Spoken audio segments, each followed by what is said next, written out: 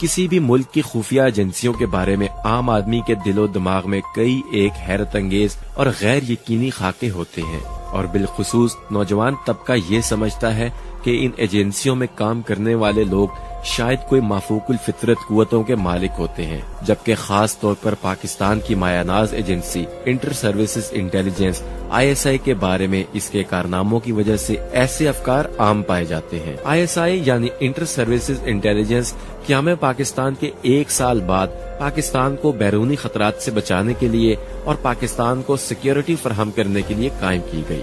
ये एक बहुत ही बावकार और मुनज़्ज़म इदारा है और पूरी दुनिया की इंटेलिजेंस एजेंसीज ISI के काम करने के तरीके और इसकी पावर के बारे में जानते भी हैं और इससे खौफ भी महसूस करते हैं।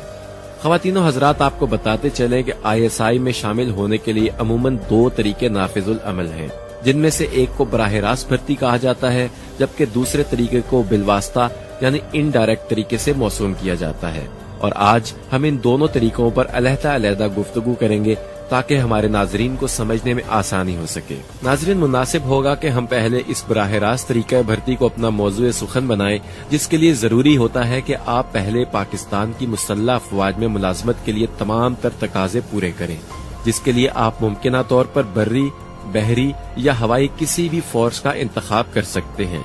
जबकि वो लोग जो इससे कबल भी किसी भी फोर्स के मुलाजिम हों वो इस बात के अहल हैं कि वो ISI में शामिल होने की दरख्वास्त दे सकें, जिसके लिए सबसे पहले आपको अपने यूनिट कमांडर से पेश की इजाजत लेना जरूरी है। और याद रखें कि इस हक के हुसूल के लिए हरगिज कोई ऐसी शर्त नहीं कि आप कमीशन ऑफिसर हों, बल्कि सब जवान अपना ये हक इस्तेमाल कर सकते हैं, जिसके बाद लाजिम है कि आप इसके लिए एक बुनियादी इम्तिहान में पास हो सकें, जिसके बाद फिर अगला मरहला ये शुरू होता है कि पास होने की सूरत में आपको ISI के एक स्कूल में भेज दिया जाएगा, जहां पर आपको ISI का एक इब्तदाई कोर्स कराया जाएगा,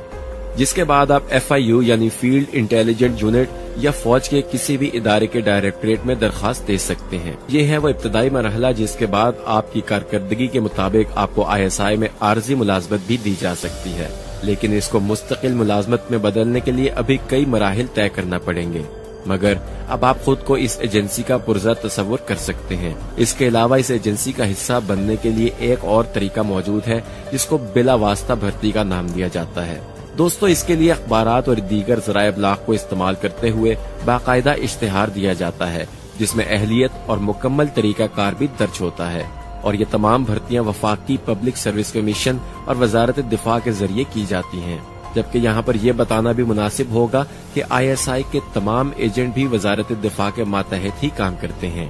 इस एजेंसी में मुलाजमत के लिए अगरचे मैट्रिक, FA और BA की डिग्री भी अपनी जगह एक अहमियत रखती है, लेकिन इसके बाद भी पाकिस्तान में शहरी एजेंट ऑफिसर के बारे में ISI अपना एक मुकम्मल तरीकाकार रखते हैं, और इसके लिए फेडरल पब्लिक सर्विस कमीशन तहरीरी इम्तिहान का शेड्यूल जारी करता है, और फिर मेरिट को मद्देनजर रखते हुए उम्मीदवारों से अंग्रेजी, हालात हाजरा और वाकयात का तज्जिया करने की सलाहियतों को जांचने के बाद इसमें कामयाब होने वाले उम्मीदवारों का रिजल्ट ISI को भेज दिया जाता है। लेकिन याद रहे कि आप इम्तिहान में कामयाब होने के बावजूद अभी तक इस एजेंसी का बाकायदा हिस्सा नहीं बने, बल्कि इसके बाद भी आपका खानदानी पस मंजर, माजी और आपकी शख्सियत और किरदार के खुफिया गोशों की बाकायदा जांच पड़ताल की जाएगी, जिसके बाद आपको एक पैनल के सामने इंटरव्यू भी पास करना होगा, जो कि ISI के सीनियर्स पर मुश्तमिल होगा, और वो उम्मीदवार जो कि इस इंटरव्यू में कामयाब तस्लीम किए जाएंगे, उनका इसके बाद जिस्मानी चेकअप यानी मेडिकल के साथ साथ उनका नफ्सियाती चेकअप भी किया जाएगा।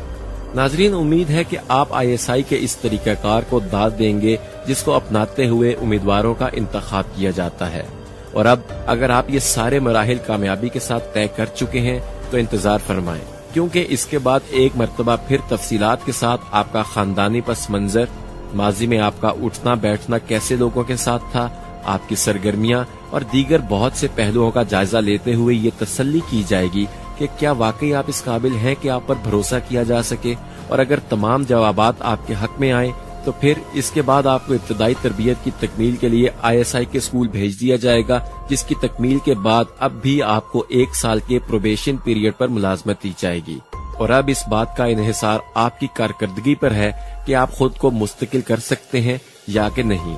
لیکن یاد رہے کہ وہ لوگ جو سول سے یہ سارے مراحل طے کر کے ISI میں مستقل ملازمت کے حصول میں کامیاب ہو جاتے ہیں، انہیں زیادہ تر JIS یعنی جوائنٹ انٹیلیجنس، JIB یعنی جوائنٹ انٹیلیجنس بیورو یا جوائنٹ انٹیلیجنس کاؤنٹر بیورو میں کام کرنا پڑتا ہے، جبکہ سویلین حضرات کی ترقی کی آخری حد بھی میجر کے عہدے تک ہوتی ہے اور ان کو اس سے اوپر کا عہدہ نہیں دیا جا سکتا۔ ناظرین، یہ وہ اعصاب شکن سفر ہے جس کو طے کر کے آپ ISI میں بھرتی تو ہو جاتے ہیں، لیکن آپ کی حب الوطنی کا اصل سفر اور امتحان اس کے بعد شروع ہوتا ہے۔ اگرچہ آپ نے فلموں میں کئی سیکریٹ ایجنٹ اور ان کے ٹھاٹ باٹ بھی دیکھے ہوں گے، لیکن یقین کریں کہ حقیقت کی دنیا میں ایسا کچھ بھی نہیں ہوتا، بلکہ سرزمین وطن پر اپنی صلاحیتیں نچھاور کرنے والے یہ مردان میدان خود کو بالکل مٹی میں ملا کر دشمن کے سینے سے وہ راز چرا لاتے ہیں جن کو خود کے سامنے بیان کرنے سے بھی گریز کرتے ہیں۔ یہ کبھی آپ کو بہترین، خوش لباس اور مہذب شہری کے روپ میں ملیں گے تو کوئی خبر نہیں کہ اگلے مشن میں یہ کسی فقیر کے بھیس میں اور چیتڑوں میں ملبوس آپ کو انتہائی قابل رحم حالت میں نظر آئے۔ بعض اوقات تو آپ کی چشم حیران یہ مناظر بھی دیکھ سکتی ہے